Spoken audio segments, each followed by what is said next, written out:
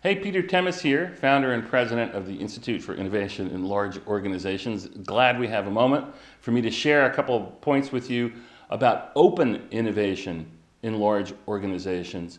You may well have come across this notion before. You may be a practitioner of open innovation.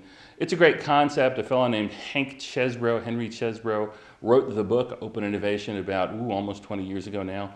Hank teaches at Berkeley. He's been around the table with us at the Institute a few times.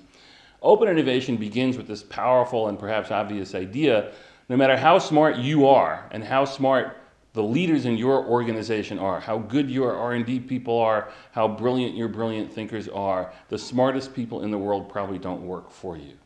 The best of the ideas in the other 7 billion people in the world, the very best, not 7 billion ideas, not the average idea, but the very best of all those ideas out there are probably better than the very best you can do, being a subset of 10,000 or 100,000, even of the most extraordinary, brilliant people. So open innovation is a whole set of tools and approaches to try to get ideas from the outside focused on what your organization needs, which is to say, if you're putting challenges through an R&D process, some don't get solved. Can you give those challenges to other people in the world who are well equipped to solve them?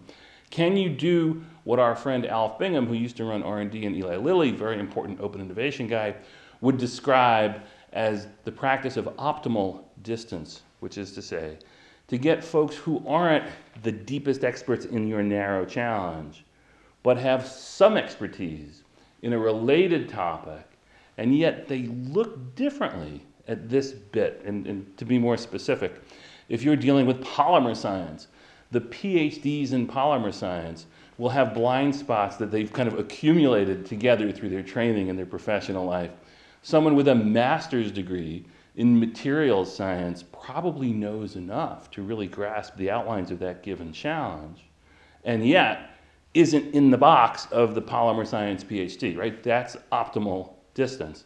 One of the great stories about that is when NASA began working with Alf Bingham's group, Innocentive, to post some challenges and to run some concepts into the public space so that folks all over the world could try to solve them instead of just NASA and NASA contractor folks.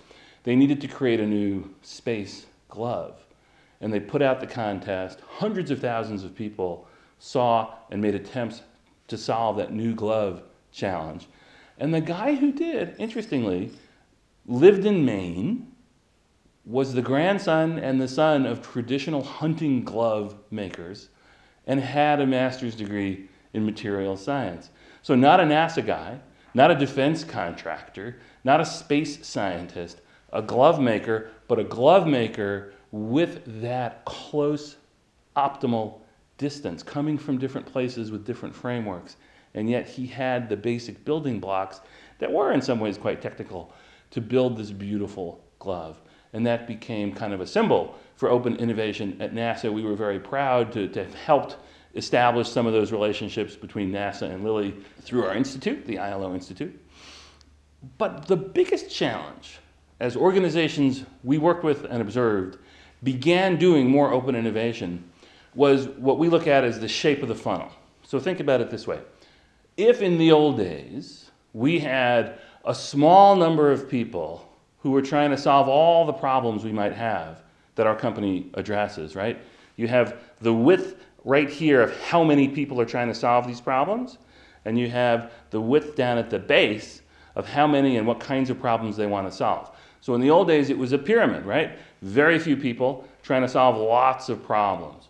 A lot of organizations that we've worked with had the instinct to say, okay, now we're going to try to get the whole world in here. We're going to go from, a pyramid shape to, unfortunately, kind of a brick. Now we're going to have all the folks in the world trying to solve all the problems we're engaged with, and it creates a mess.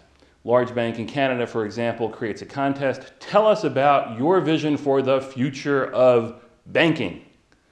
So what do you do with that? You get 10,000 envelopes filled with essays about how banking can be different, or 100,000 emails that explain each 10 different approaches to how banking in the future could be different. You have to have all kinds of folks sitting there going through them, sorting them. It is a mess. A great Mexican company called Cemex did something similar about future uses for cement. There are a lot of them. Some of them are cool. Very few of them folks didn't think about. What Cemex did that was a leap ahead is they moved from that kind of tell us about the future of concrete approach, the block, let's get everybody trying to solve all our problems, to narrowing the bottom. This is the best practice. You take the pyramid, very few people solving a lot of problems, and you have to flip it. Don't turn it into a brick. Flip it. Now it's lots of folks solving very few, very focused problems.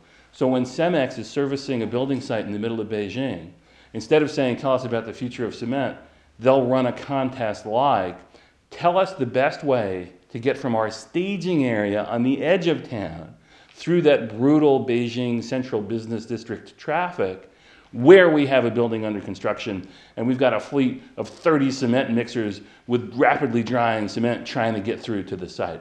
500 people jump in their cars because there's a big reward, 5 grand, 50 grand. They jump in their cars, they start going through Beijing traffic.